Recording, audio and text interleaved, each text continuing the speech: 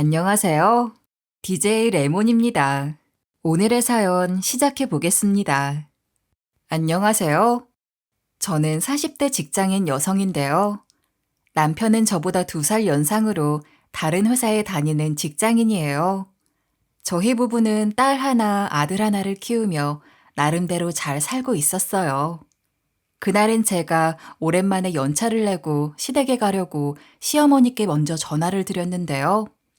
평소에는 전화도 잘 받고 가끔은 먼저 연락을 주시는 시어머니였기에 이번에도 쉽게 전화를 받을 줄 알았어요.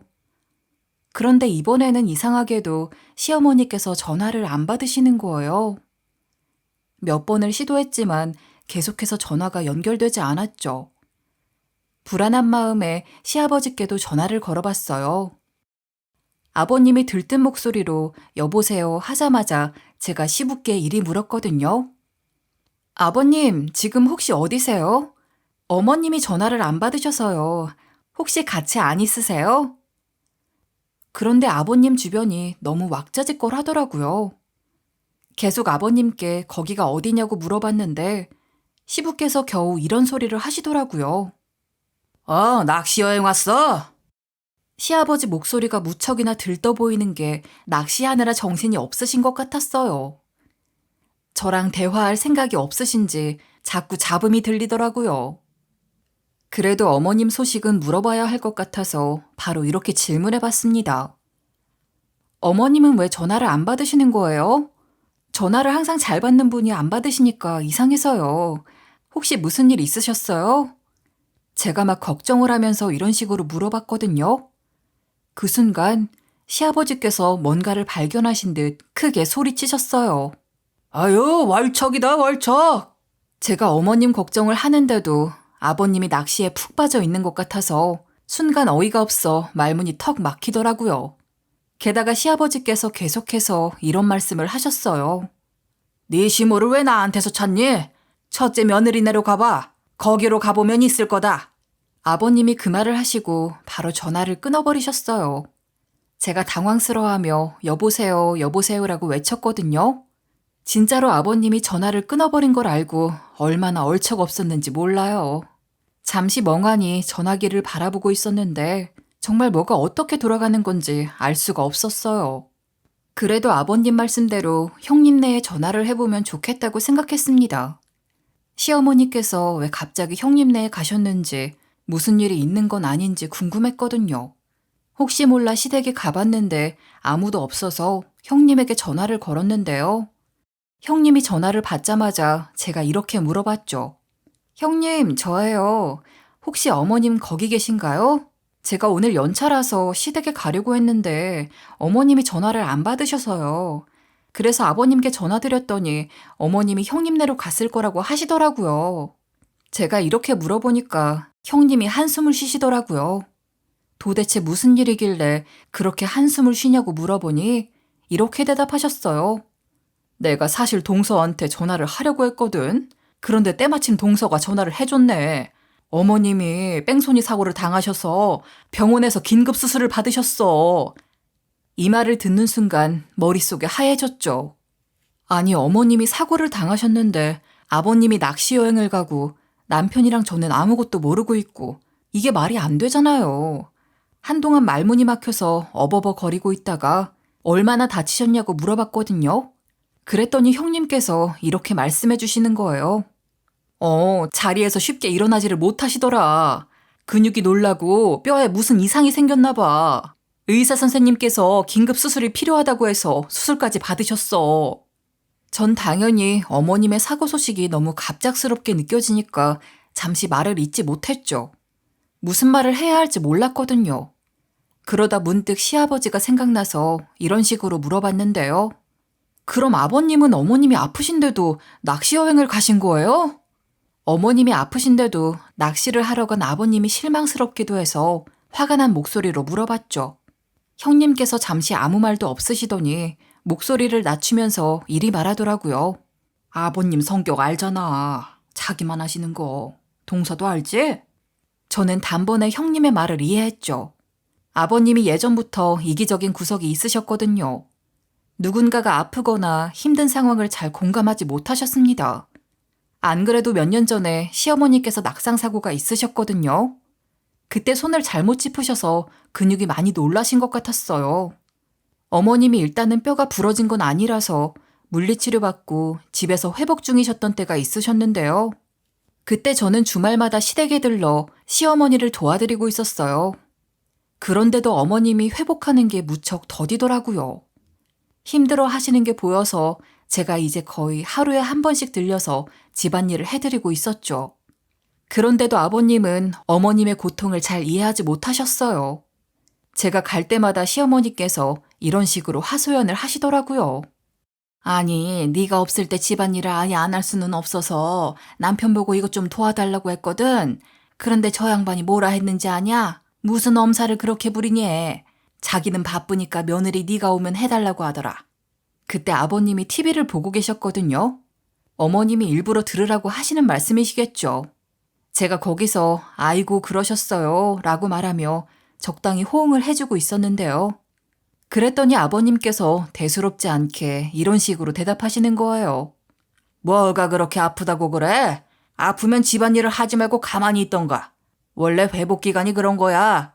내가 하지 말라고 그렇게 말했는데도 기어코 한 사람이 누군데?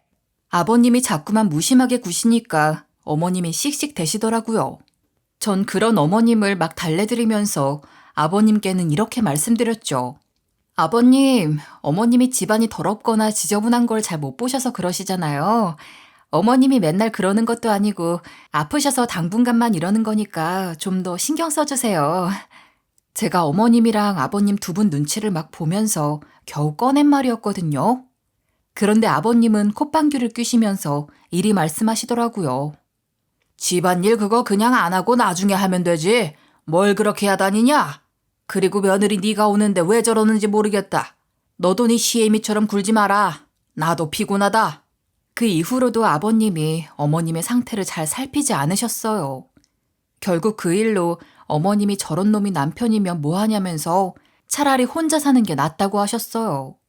이거 뭔 독거노인이나 다름없다면서 황혼 이혼까지 고민하셨는데요. 어머님은 그런 아버님의 태도에 상처를 많이 받으시고 같이 사는 걸 힘들어 하시던 게 생각나서 제가 이리 대꾸했죠. 네, 알아요. 아무리 그래도 어머님이 다치셨는데 낚시 여행을 가셨다는 게 진짜로 이해가 안 가네요. 아버님은 어쩜 그러실까요? 제가 힘없이 대답하니까 형님이 하는 소리를 내면서 머뭇거리더라고요. 그러면서 어머님이 형님네까지 간 이유를 이렇게 이야기해 주셨어요. 사실 어머님이 수술을 받고 퇴원하셨는데 회복하려고 시골에 있는 우리 집으로 내려오셨어.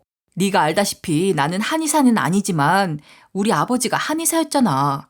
어깨너머로 침수를 배운 게 있어서 우리 가족들한테만 침이랑 뜸 떠주고 그런 건 동서도 알고 있을 거야. 그래서 그런지 어머님이 우리 집에 있겠다고 하시더라고. 침이랑 뜸 좀 맞고 싶대. 그 소리를 듣고도 서운한 마음이 들더라고요.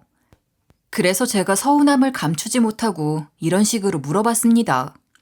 그러면 형님, 어머님이 사고당하신 거 왜 진작 말하지 않으셨어요?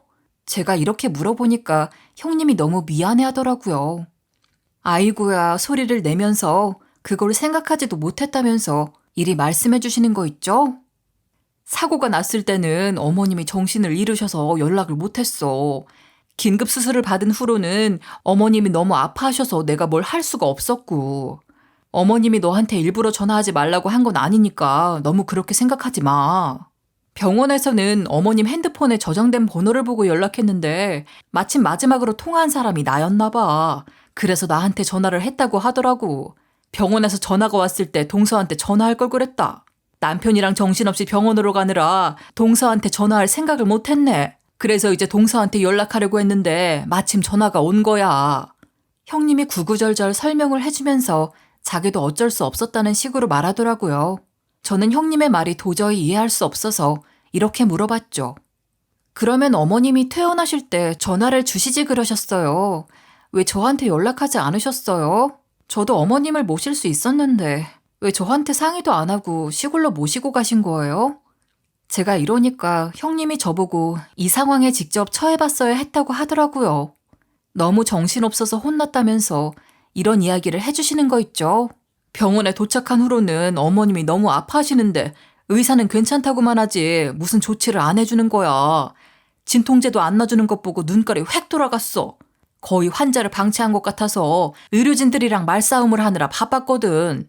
퇴원했을 쯤에 겨우 상황이 나아졌는데 그때는 어머님을 시골에 있는 우리 집까지 모시고 가느라 정신이 없었어. 형님이 이렇게 말씀해 주셔도 무언가 찝찝하더라고요. 그저 안타깝고 제가 그 자리에 없었다는 생각에 일이 대꾸했죠. 저에게 한마디라도 해주셨으면 좋았을 텐데. 그리고 형님, 시댁이랑 저희 집이 가까운데 우리 집에서 모셔도 되잖아요. 형님이 힘드시면 이제부터 제가 모실게요. 아니면 제가 아예 시댁에 상주하고 있어도 된다고 말하니까 형님이 당황스러워 하더라고요.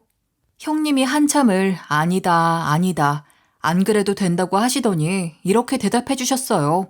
어머님 재활치료가 아직 안 끝나서 안 돼. 어머님 재활치료를 위해 내가 도와드리기로 했다고 말했잖아. 침술도 놓아드리고 뜸도 떠드리면서 회복 도와드리고 있으니까 너무 걱정하지 마. 어머님은 아직 우리 집에 있어야 해. 형님이 이렇게 말씀하시는데 설득이 되지 않았죠. 형님이 왜 이렇게 대처하셨나 생각이 복잡해졌지만 일단은 이렇게 질문만 할 게 아니라 직접 가봐야 할 것 같더라고요. 그래서 남편이 퇴근할 때까지 기다렸어요. 남편이 야근을 하느라 늦게 온다고 해서 남편이 돌아오는 시간까지 기다렸는데요. 남편이 집으로 들어오자마자 어머님 사고 소식을 전했어요. 남편이 처음에는 믿지 못하는 듯한 표정으로 이리 묻더라고요. 뭐? 엄마가 사고를 당하셨다고? 바로 오늘 당하신 거야? 나한테 전화 온 게 없는데? 갑자기 무슨 사고를 당하셨다는 거야? 남편이 너무 황당해하면서 다시 핸드폰을 확인해보고 있었는데요. 제가 그때 저도 납득이 안 간다는 말투로 이리 대답했죠. 형님이 그러는데 어머님이 뺑소니 사고를 당하셨다고 하더라고. 큰 부상을 입어서 긴급 수술까지 받으셨대. 지금은 시골에 있는 형님네 집에서 회복 중이시고. 남편이 그 말을 듣고 얼굴이 확 붉어지더라고요. 이내 화가 난 목소리로 이런 식으로 따지고 들기 시작했습니다. 뭐? 이미 수술까지 받고 형네 집에서 회복을 하고 계신다고? 아니 엄마가 그 정도로 다치셨으면 당연히 말을 해야지. 왜 전화 한 통이 없었대? 씩씩거리면서 남편이 전화를 해보겠다고 하는 거예요. 그때 남편이 야근을 하고 와서 시간이 꽤 늦었거든요. 그래서 남편을 막 말리면서 이렇게 이야기했죠. 아유, 지금 전화해서 뭐하게. 나중에 전화해. 이런다고 어머님이 다치신 게 낫는 것도 아니잖아. 안 그래도 내가 형님한테 뭐라 하긴 했어. 형님네가 너무 정신이 없어서 그랬다곤 하는데. 이런 식으로 남편을 달래긴 했는데 남편 표정이 좋아지지를 않더라고요. 그러다 남편이 단호한 표정을 지으면서 이리 말했습니다.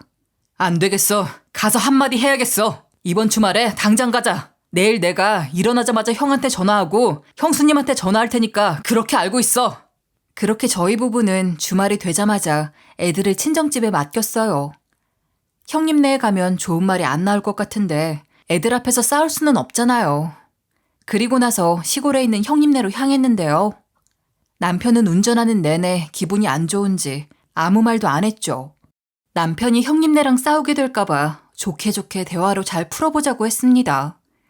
아픈 어머님 앞에서 화내고 언성 높여봤자 좋을 거 없다면서요. 그렇게 형님네 집에 도착해서 차를 주차시켰는데요. 형님이랑 아주버님이 그때 마중 나와서 반갑게 맞아주었지만 남편의 표정은 여전히 굳어 있었죠. 일단은 제가 먼저 차에서 내려서 형님이랑 아주버님께 인사를 건넸어요. 형님이 엄청 밝은 목소리로 아무렇지 않게 저희를 이런 식으로 맞이해 주시더라고요. 아이고, 오늘날 고생 많았어. 밥은 먹고 왔어? 어머님은 지금 방에 계셔. 몸이 아직 불편하셔서 마중을 못 나오시겠대. 같이 가서 인사드리자. 그리고 나서 내가 한 상 근사하게 차려줄게. 아주버님은 심지어 반주 좀 하자고 하시니까 남편 표정이 엄청 안 좋아지더라고요. 제가 혹시 몰라 남편 팔을 붙잡고 있었는데도 남편이 이런 식으로 투덜대기 시작했죠. 아니, 형이랑 형수님은 엄마 사고 소식을 왜 이제서야 말해요? 그렇게 큰일을 당하셨으면 가족들에게 바로 알렸어야죠. 엄마가 병원에 이제 막 도착해서 수술 받았을 때는 놀라서 전화를 못했다는 것까지 이해할 수 있어요. 그런데 그 뒤로 엄마가 퇴원하고 여기로 올 때까지 단 한 번도 전화 안 하셨잖아요. 아무리 정신 없다고 해도 제가 모르고 있었다는 게 말이 돼요? 게다가 엄마랑 제일 가까이에 사는 자식인데? 형님이랑 아주버님은 남편이 이렇게 나올 줄 몰랐나 봐요. 하긴 우리 남편은 웬만해선 불같이 화를 내고 따지는 성격은 아니었거든요. 형님이 당황한 표정으로 그런 남편에게 이리 해명하기 시작했죠. 미안해요. 정말 정신이 없었어요. 동서한테 자세히 말 못 들었어요. 진짜로 제가 변명을 한 게 아니고 사실이에요. 어머님이 많이 아프셔서 연락할 겨를이 없었어요. 아주버님도 나서서 화낼 일이 아니라면서 남편에게 한마디 하더라고요. 그동안 말 못한 일이 있었단 듯이 자기 말 좀 들어보라고 하더니 남편에게 이랬는데요. 알아. 내가 너한테 연락 안 한 건 진짜 잘못했어. 근데 정말 그때는 엄마 수술하시고 병원에 계시는 동안 너무 힘들었다니까. 병원에서도 엄마를 잘 돌봐주지 않아서 우리가 직접 다 항의하고 챙겨야 했어. 엄마가 아프다고 노래를 부르는데 진통제를 안 놔줘서 병원을 옮길 생각을 했다고. 나도 정신없었다, 진짜. 내가 얼마나 놀랐는지 아냐? 게다가 너도 내가 밤낮 없이 일하고 출동해야 하는 거 알잖아. 아주버님이 경찰이셔서 근무하기 힘들었다고 하시더라고요. 아주버님이 이렇게 호들갑을 떠니까 남편도 이렇게 말해놓고 점점 투덜거리는 걸 멈췄어요. 알겠어. 다시는 이런 일 없게 해. 엄마한테 뭔 일이 생기면 바로 연락해줘. 엄마가 다친 것도 속상한데 나 코빼기도 안 비쳤다고 생각하시면 어떡해. 형님이랑 아주버님이 알겠다고 하셔서 저희 둘 다 어머님이 계시는 방으로 들어갔는데요. 어머님이 전보다 많이 야위셨고 기운도 없어 보이더라고요. 저랑 남편이 어머님께 괜찮으시냐고 물어보면서 막 걱정을 했어요. 어딜 다치신 거냐, 어디가 아프시냐고 물어보니까 어머님이 힘겹게 대답하시려고 했는데요. 그런데 형님이 끼어들어서 이렇게 말씀하시는 거예요. 어머님은 괜찮아. 이제 좀 나아지셨는데 사고 당할 때 붕 날아가서 온몸으로 부딪히셨대. 그래서 어머님이 퇴원한 후에도 절대 혼자 두지 않았어. 후유증이 너무 심해서 하루 종일 옆에 붙어 있었지. 지금도 어머님을 잠시라도 혼자 두면 안 돼. 그때 어머님이 화장실에 가고 싶어 하셔서 제가 모시고 가려 했어요. 그러니까 형님이 다급하게 손사래를 치면서 이러더라고요. 동서, 내가 갈게. 형님이 이러길래 참 지극정성이네 싶었죠. 그렇게 형님이 어머님이랑 같이 화장실을 다녀오시더니 저한테 이렇게 말하는 거예요. 아까 갑자기 내가 나서서 놀랐지? 어머님께서는 사고 당하신 후로 후유증이 심해서 계속 붙어 있어야 해. 앉는 것도 조심히 앉아야 하는데 동서는 그런 거 모르잖아. 게다가 내가 아버지 어깨너머로 배운 게 있어서 침을 놓을 줄 알잖아? 어머님이 어디가 문제인지 알고 있어서 그쪽 중심으로 침을 놔드리고 있어. 형님이 이러시면서 제 앞에서 시모한테 침을 놔줬는데요. 그런데 어머님이 침을 하나씩 맞을 때마다 너무 아파하는 거예요. 시간이 지날수록 상태가 악화되는 것 같았어요. 바로 그때 제가 어머님이 너무 아파하는데 괜찮은 거냐고 물어봤죠. 그랬더니 형님이 저한테 이렇게 말하더라고요. 동서, 원래 침술은 처음에는 아플 수 있어. 침을 놓는 부위가 아프다는 건 그만큼 문제가 있다는 뜻이야. 시간이 지나면 분명히 나아지실 거야. 형님이 침을 하나씩 놓을 때마다 어머님이 고통스러워 하시더라고요. 그래서 제가 어머님 손을 꼭 잡아드리면서 조금만 참아보자고 했죠. 사실 저도 예전에 형님에게 침을 맞은 적이 있었기 때문에 그 고통을 잘 알고 있었거든요. 그때 어깨 결린 게 있어서 맞았는데 전보다 더 나아져서 형님 실력이 좋다는 걸 알고 있었어요. 그 당시에도 침 맞을 때 무섭고 아팠던 기억이 있어서 어머님도 그러신 줄 알았는데요. 그날 저녁 남편이랑 제가 형님과 아주버님과 식사를 하면서 이야기 좀 해보다가 집으로 가보려고 했어요. 어머님 상태를 충분히 보기도 했고 어머님도 이제 쉬셔야 할 것 같아 출발하려고 했죠. 그래서 형님과 아주버님께 이만 가보겠다고 인사를 드렸어요. 형님, 아주버님, 저희 이제 가볼게요. 어머님 잘 부탁드려요. 다음에 또 시간 내서 올게요. 그리고 어머님, 침이랑 뜸을 더 이상 안 맞아도 되면 저희가 모셔도 되니까 언제든지 저희 집으로 오세요. 제가 어머님 손을 꼭 잡으면서 말씀드리니까 어머님이 작게 고개를 끄덕이시더라고요. 그때 형님이 뭔가 지친 표정으로 웃으며 이리 이야기해 주셨어요. 그래, 조심히 가. 오늘 와줘서 고마워. 더 늦어지기 전에 얼른 가봐. 여기 시골길이 은근 어두워서 운전하기 어려워. 피곤할 테니까 도착했다는 문자만 남겨주면 돼. 제가 알겠다고 하기 무섭게 형님과 아주버님이 갑자기 어디론가 바쁘게 가버리는 거예요. 급하게 가는 모습에 조금 놀라긴 했지만 형님이랑 아주버님이 저희 맞이해 주신다고 식사 준비하고 챙겨준 게 있다 보니 피곤해서 그런 줄 알았죠. 그래서 서둘러 나가려고 했는데 어머님이 갑자기 제 손을 잡으시더라고요. 그리고 제 주머니에 쪽지를 쑤셔 넣어주셔서 황급히 다시 꺼내서 읽어봤는데요. 그 쪽지에 내가 내일까지 살아있다면 경찰 불러줘라는 말이 적혀 있는 거예요. 그 내용을 읽고 깜짝 놀라 어머님을 바라보며 물었죠. 어머님, 이게 무슨 말씀이세요? 내일까지 살아있으면 경찰을 불러달라니요? 제가 이렇게 묻기 무섭게 어머님이 손가락을 입술에 대고 조용히 하라는 제스처를 취하시더라고요. 어머님의 눈빛이 너무 절박해 보였어요. 형님이 오늘 하루 종일 어머님 옆에 붙어 있어서 어머님이 아무 말도 못하고 이 쪽지를 건넨 것 같았죠.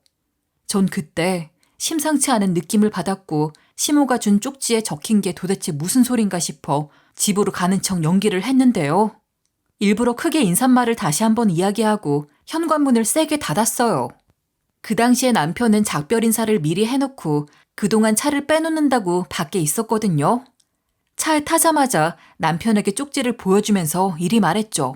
여보, 어머님이 갑자기 이 쪽지를 형님이랑 아주버님 몰래 주셨어. 무슨 일이 있는 것 같아. 어머님 상태가 이상해 보여. 남편이 제가 건넨 쪽지를 읽어보고 얼굴이 굳어버리더라고요. 그리고 너무 황당해하면서 이리 반응했는데요. 뭐야 이게?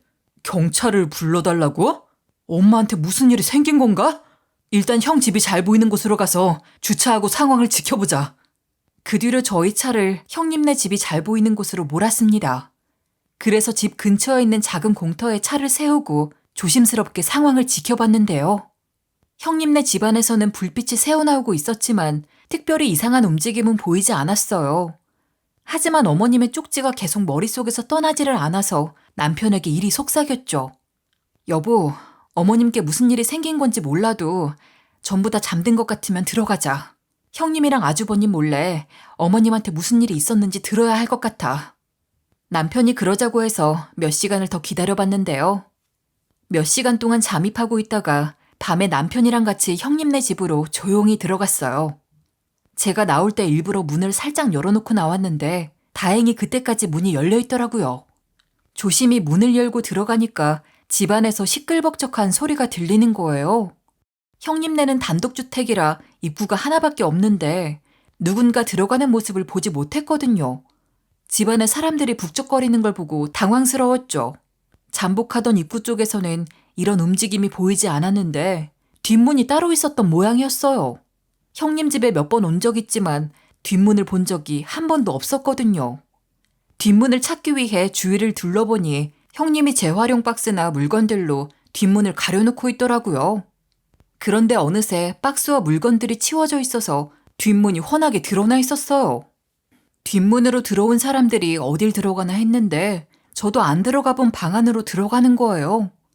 제가 여길 화장실로 착각하고 들어가려고 하니까 형님이 막아서면서 여긴 창고방이라고 했거든요. 그런데 사실 창고방이 아니었던 거예요. 도대체 저 방이 뭐길래 사람들이 모여드는 걸까 싶어서 들어가 봐야겠더라고요. 행여나 형님이나 아주버님한테 들킬까봐 남편이랑 저 둘 다 옷에 달린 모자를 푹 눌러쓰고 얼굴을 숨기고 갔거든요. 그렇게 사람들 사이에 섞여서 들어간 다음에 잘 안 보이게 구석에 숨어 있었어요. 그러다 그 방 안에서 충격적인 장면을 목격해버렸죠.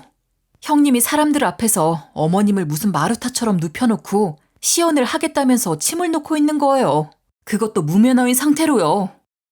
전 형님이 형님의 아버지에게 배운 걸 취미삼아 계속 공부하면서 가족들한테만 은밀하게 놔준 줄 알았거든요.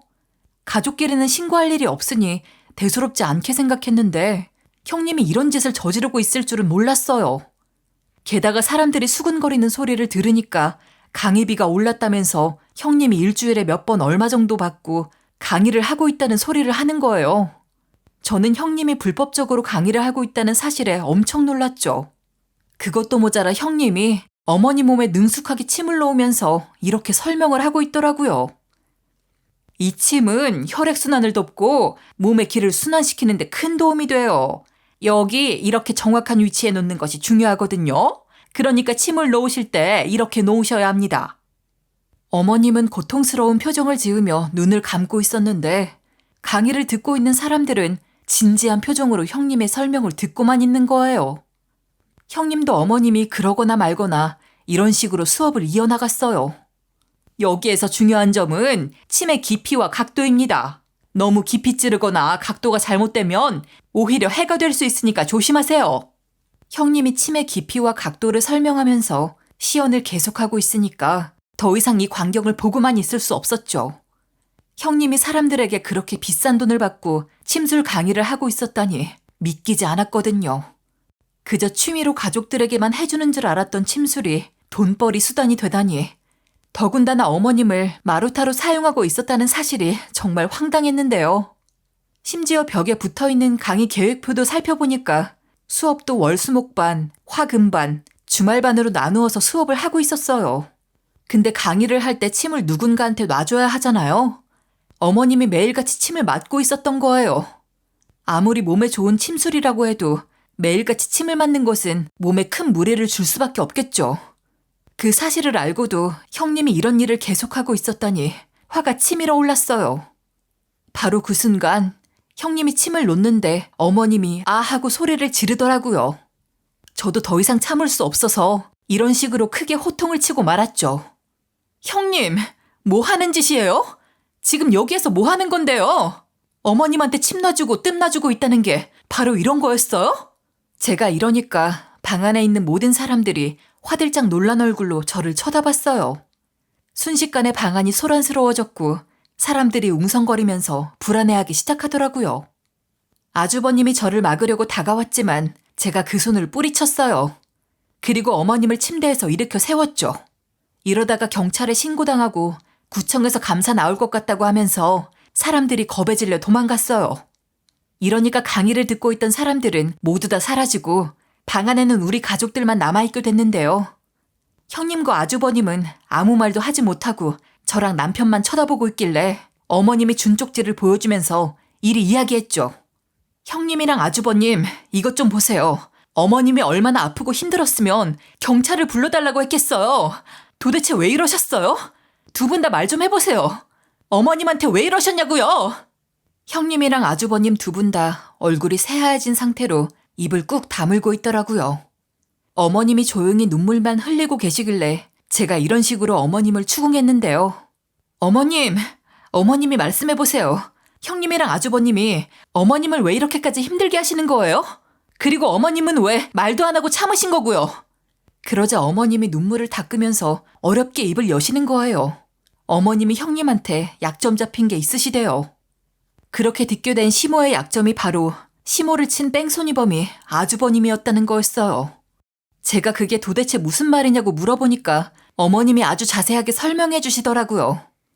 문제의 사건은 아주버님이랑 형님이 시댁에 오셔서 시부모님과 함께 술을 마신 날에 일어났대요. 오랜만에 가족이 모여 즐거운 시간을 보내던 그 자리에서 술잔은 계속해서 오갔고 어느새 모두 만취 상태가 되어버렸다는 거예요. 바로 그때 술 기운에 취한 아주버님이 집으로 돌아가겠다고 결심하셨대요. 그래서 그때 어머님이 이렇게 말씀하시면서 말렸다고 하는데요. 아니야, 너 지금 너무 취했어. 좋게 말할 때 자고 가라. 지금 똑바로 걷지도 못하는데 무슨 운전을 하겠다고 하는 거니? 너 그러다가 큰일 난다.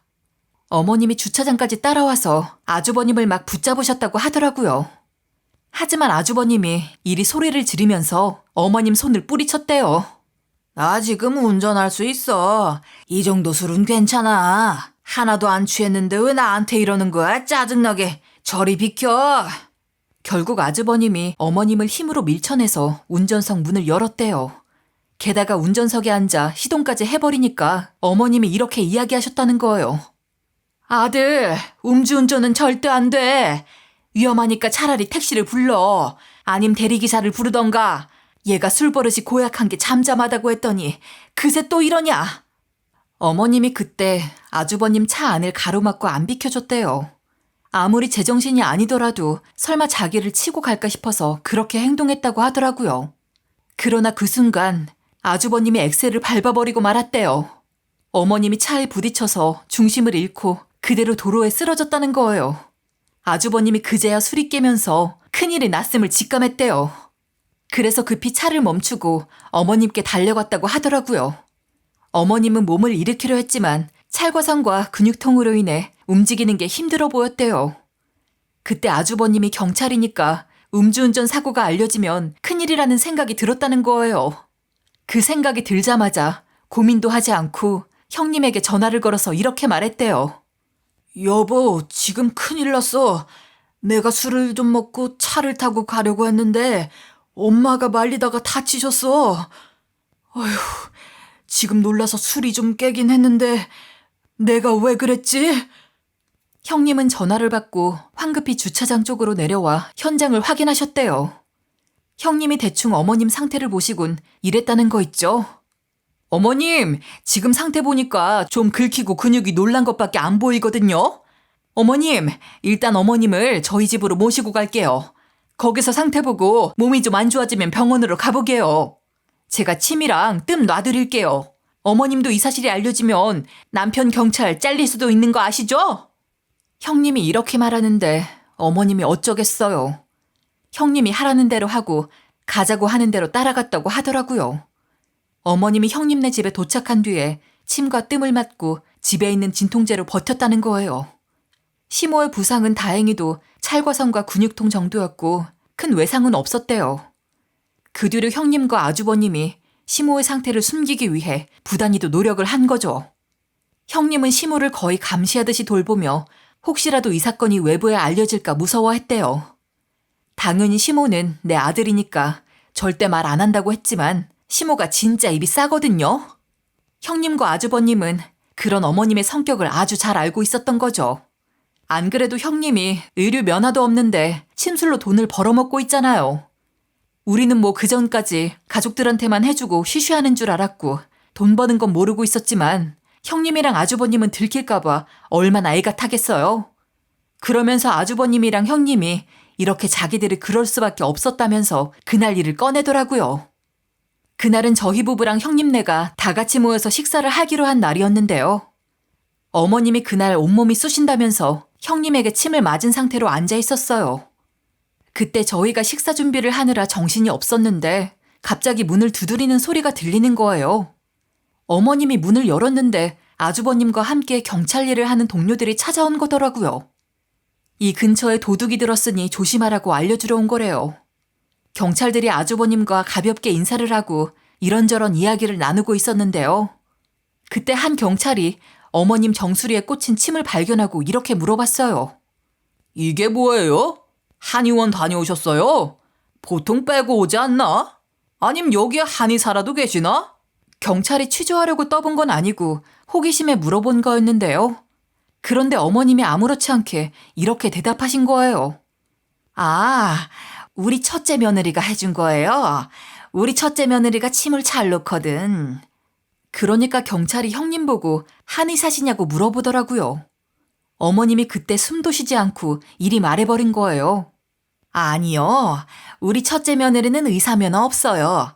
그냥 전업주부야. 야매로 하는 거지 뭐. 어머님이 이렇게 말하자마자 분위기가 얼어붙고 말았어요. 경찰들이 오히려 서로를 쳐다보면서 당황스러워했고 아주버님 눈치도 보시더라고요. 형님과 아주버님도 엄청나게 당혹스러워하면서 진땀을 흘리셨죠. 하지만 다행히도 그날 온 경찰들이 아주버님과 친한 사이였거든요. 경찰들이 별다른 추궁 없이 넘어가고 이만 가보겠다고 말한 뒤에 가버렸는데요. 이 사건을 겪고 나서 저는 어머님이 입이 얼마나 가벼운지 다시 한번 깨닫게 됐죠. 어머님이 아무런 악의 없이 말한 거지만 그 말 한마디로 큰일이 날 뻔했으니까요. 그날 이후로 아주버님이 음주운전 사고를 일으키자 형님과 아주버님이 어머님을 아예 데리고 가버린 거예요. 게다가 시모 몸에 남아있는 찰과상도 없애야 하니까 형님이 치료해주겠다고 형님네로 모셔온 거래요. 게다가 아버님이 아무것도 모른 채 낚시 여행을 간 이유도 있더라고요. 형님이랑 아주버님이 시댁으로 와서 술을 마신 다음 음주운전을 한 그날 아버님이 술 기운이 올라와서 일찍부터 피곤해 하셨대요. 아버님이 먼저 자러 가겠다고 하신 다음에 안방으로 들어가서 주무시고 계셨다는 거예요. 그 사이에 아주버님이 음주운전을 해서 어머님을 쳤고 아버님한테 말도 안 하고 형님네로 데리고 간 거죠.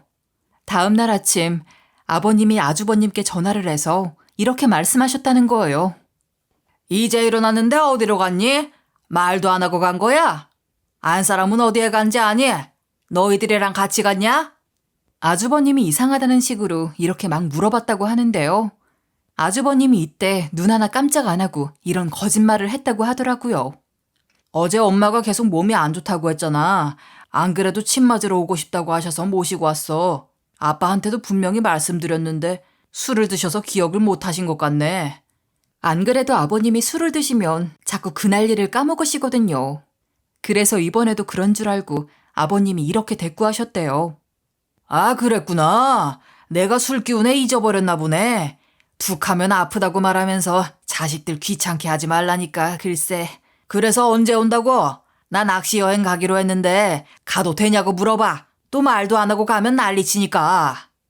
이때 아주버님이 말 잘해놓을 테니까 얼른 다녀오시라고 말하고 전화를 끊으셨다는 거예요. 한마디로 아버님은 아무것도 모른 채 예정대로 여행을 떠나신 거죠. 그래놓고 치료라는 명목으로 시모를 이용해 침술 강의를 해서 돈을 벌어온 거예요. 어머님이 왜 이런 일을 가만히 당하고만 있었냐고 물어봤거든요. 그러니까 어머님이 긴 한숨을 내쉬며 이렇게 이야기하시는 거예요. 우리 아들이 처벌받을까봐 걱정돼서 그동안 아무 말도 하지 않고 참아왔어. 며느리 너도 내가 우리 큰아들을 얼마나 아끼는지 알잖아. 하긴 어머님이 장남인데다가 경찰까지 된 아주버님을 엄청나게 자랑스럽게 여겼거든요. 제가 작게 고개를 끄덕이니까 어머님이 이런 말을 털어놓으시더라고요. 만약에 내 아들이 음주운전 사고로 처벌받는다면 그 충격을 감당할 수 없을 것 같았어. 우리 아들이 경찰 자리에서 잘리는 건 절대 안 된다고 생각했지. 그래서 그동안 참고 견딜 수밖에 없었어. 그런데 형님이 그런 시모의 모성애를 교묘하게 이용한 거죠. 형님이 처음엔 진실을 숨기려고 어머님을 데려왔다가 침술 강의로 돈을 한 푼 두 푼 벌어가기 시작한 거예요. 시모는 형님에게 이용당하고 있었지만 아들이 무사하기를 바라는 마음에 그저 모든 것을 받아들이셨대요. 그러면서 어머님이 이런 말씀까지 하시더라고요. 아들이 음주운전을 했다는 사실이 알려지면 우리 집안 전체가 범죄자라고 낙인 찍힐까 봐도 걱정됐어. 특히 시골 사회에서 소문은 너무나 빨리 퍼져나가잖아. 작은 사건 하나도 큰일인 것처럼 퍼져나가는데 만약 아들이 이런 일을 저지른 게 알려지면 우리 집안은 더 이상 정상적인 생활을 할 수 없을 것 같더라. 그것도 모자라 아주버님이 어머님을 형님네로 데려간 다음 날 술이 깨니까 시모 앞에서 무릎을 꿇었다는 거예요. 심지어 눈물을 글썽이면서 이런 말을 짓거렸대요. 엄마, 내가 정말 큰 실수를 했어. 음주운전한 걸 진심으로 후회하고 있어. 잘못한 거라고 생각하면서 뉘우치고 있거든. 제발 비밀로 지켜주면 안 될까? 아주버님이 시모 앞에서 계속 이렇게 빌었다고 하더라고요. 어머님은 또 그런 아들을 보며 가슴이 아파서 아들의 간절한 부탁을 들어주기로 결심하셨대요. 그러니까 아주버님이 어머님 손을 꼭 잡더니 이랬다는 거예요. 엄마, 여기서 침술 치료 받으면서 좀 더 회복하고 있어. 그러면 내가 용돈도 더 많이 드릴게. 어머님은 그동안 아주버님이 주는 용돈 덕분에 경제적으로도 많은 도움을 받고 있었거든요. 우리도 시부모님께 용돈을 드리기는 했지만 아주버님이 더 많이 드리고 있었어요. 그래서 아주버님이 어머님께 이런 말까지 했다는 거 있죠. 엄마, 만약에 내가 체포되면 엄마도 많이 힘들어질 거야. 내가 주는 용돈도 끊길 테고 경제적으로 많이 어려워질 거니까 진짜로 비밀 지켜줘야 돼. 아주버님의 이런 가머니설에 어머님이 마음이 약해졌다고 하더라고요. 아들 사랑이 깊었던 어머님이 결국 아주버님의 부탁대로 계속 형님네에 있었던 거죠. 그렇게 어머님이 형님네 집에 머물며 침술 치료를 받기 시작했는데 어머님이 점점 더 견디기 힘들어지신 거예요. 어머님이 결국 침술 강의를 할 때마다 너무 힘들어서 더 이상 하지 않겠다고 형님에게 이야기했대요. 그런데 형님이 그런 어머님께 이런 식으로 강요를 했다는 거예요. 어머님, 이미 강요료를 낸 사람들이 있어서 안 돼요. 이게 다 어머님을 위한 건데 겸사겸사 학생들도 불러서 가르치는 거라고요. 어머님은 형님이 자신을 이용해서 돈을 버는 거 아니냐 한마디 했다고 하더라고요. 그러니까 아주버님이 나서서 이렇게 쏘아붙였다고 하는데요. 엄마가 돼서 그것도 못해줘? 그 정도는 할 수 있잖아. 자, 여기 용돈 조금 더 얹어줄게. 이 정도면 되지? 우리가 더 줄 테니까 좀 도와줘. 이제 곧 있으면 재수 씨 오니까 아무 말도 하지 말고 앉아있고. 이런 식으로 어머님께 돈을 건넸다는 거예요. 어머님이 그제서야 형님과 아주버님이 너무하다는 생각이 들었대요. 바로 그때 저랑 남편이 병문안을 왔다고 하죠. 어머님이 저랑 남편을 보자마자 눈물이 핑 돌았지만 형님이랑 아주버님이 계속 눈치를 주는 바람에 말할 수가 없었대요. 그래서 저한테 내가 내일까지 살아있다면 경찰 불러다오라고 적힌 쪽지를 몰래 주신 거라고 하더라고요. 어머님이 하시는 이야기를 듣고 나서 정말 경악을 했죠. 아주버님이 음주운전을 저지른 것도 모자라 형님이 무면허 의료 행위까지 했다는 사실을 알게 된 거잖아요. 형님이랑 아주버님이 단순히 어머님을 이용해 먹은 게 아니잖아요. 범죄자가 저희 집안에 있다는 생각에 형님과 아주버님에게 단호하게 말했죠. 저는 이거 신고할 수밖에 없어요. 어떻게 술에 취해 운전해서 어머님을 칠 수가 있어요? 그것도 모자라 어머님을 이용해서 불법으로 돈을 벌어들인 거잖아요. 형님과 아주버님은 제가 하는 말을 듣고 거의 경기를 일으키더라고요. 그러다가 형님이 저를 붙들고서 이렇게 소리쳤어요. 제발 한 번만 봐줘. 이게 다 어머님을 위한 거였어. 어머님도 전보다 더 나아지셨잖아. 형님은 자기가 한 짓에 대해 반성을 안 하는 것 같았어요. 심지어 아주버님도 이렇게 말씀하시는 거 있죠. 맞아. 재수 씨가 좀 봐봐. 엄마 건강이 좋아졌잖아. 우리가 잘못한 건 알지만 이번만 눈 감아줘. 저는 이 둘이 하는 말을 듣고 분노가 치밀어 올라서 이렇게 윽박지르고 말았죠. 이건 어머님을 위한 게 아니에요. 형님이랑 아주버님이 잘못된 행동을 한 거예요. 지금 당장 경찰에 신고할 테니까 그렇게 알고 계세요. 제가 핸드폰을 꺼내서 112를 누르니까 그 순간 형님이 다급하게 달려들더라고요. 그리고 이성을 잃은 채 저한테 이런 소리를 해댔어요. 너 지금 뭐 하는 거야? 우리 남편 인생 망칠 작정이야? 너 지금 우리 남편이 경찰이라서 이러는 거지? 그동안 내 남편이 경찰이라서 부럽다는 소리를 계속했었잖아. 저는 순수하게 경찰이라는 직업이 멋있어 보여서 그렇게 말한 거였는데 형님이 제가 시기 질투했다고 아주 착각을 하고 있더라고요. 형님의 그런 모습을 처음 봐서 거의 경악한 표정으로 이리 말했죠. 지금 무슨 소리 하는 거예요? 제가 아주버님 칭찬하려고 한 말을 왜 지금 꺼내는데요? 제가 질투심에 깽판 치려고 이러는 것 같으세요? 형님, 이건 우리 가족 모두를 위한 거예요. 잘못된 일은 바로 잡아야 하는 거라고요. 제가 이렇게 말하니까 형님이 제 핸드폰을 빼앗으려고 하는 거예요. 그래서 제가 재빠르게 몸을 돌려 도망쳤죠. 형님이 곧바로 뒤따라왔지만 형님보다 달리기가 빨라서 다행히 도망칠 수 있었어요. 그때 온 동네를 뛰어다니면서 이렇게 경찰에 신고를 해버렸는데요. 여보세요? 경찰이죠? 여기 큰일 났어요. 경찰이 음주운전 사건을 일으켰고 경찰 집에서 불법 의료행위가 일어나고 있어요. 빨리 와주세요. 경찰이 제 전화를 받고 금방 현장에 도착했더라고요. 뒤늦게 경찰에게 가서 제가 신고했다고 이야기하고 상황을 설명하니까 경찰이 형님네 집을 조사하기 시작했죠. 형님과 아주버님도 경찰들에게 질문을 받았는데 어쩔 줄 몰라 하며 식은땀을 흘리고 있었어요. 아주버님이 자기보다 어린 경찰을 붙잡고 이러고 있더라고요. 제발 한 번만 봐줘. 내가 진급을 눈앞에 두고 있어서 그랬어. 내가 제대로 뉘우치고 있으니까 이러지 말자. 앞으로는 절대 이런 일이 없을 거야. 형님도 나서서 경찰들을 설득하려고 들었지만 경찰들이 거기에 넘어가겠어요? 다행히 경찰이 아주 단호하게 이러고 있더라고요. 그러니까 왜 음주운전을 하시고 집에서 불법으로 의료행위를 하셨습니까? 법은 누구에게나 평등하게 적용되어야 합니다.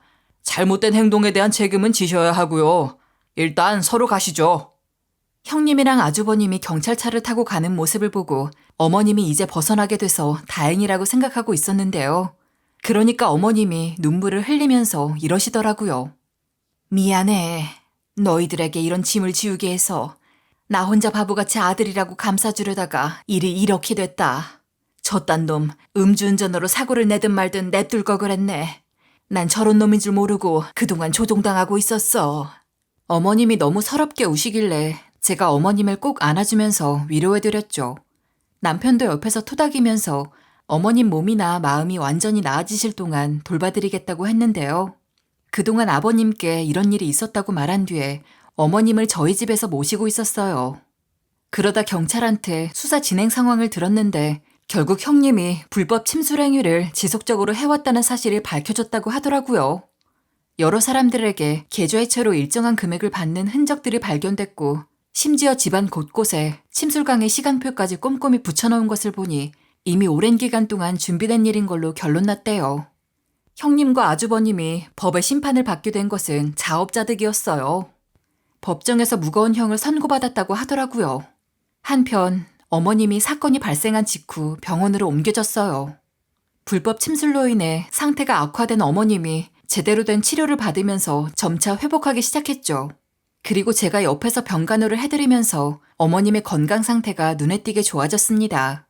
남편이랑 같이 어머님을 돌봐드리면서 신경을 엄청나게 많이 썼어요. 퇴원한 후론 저희 집에서 모셨는데 어머님이 너무 편안해 하시더라고요.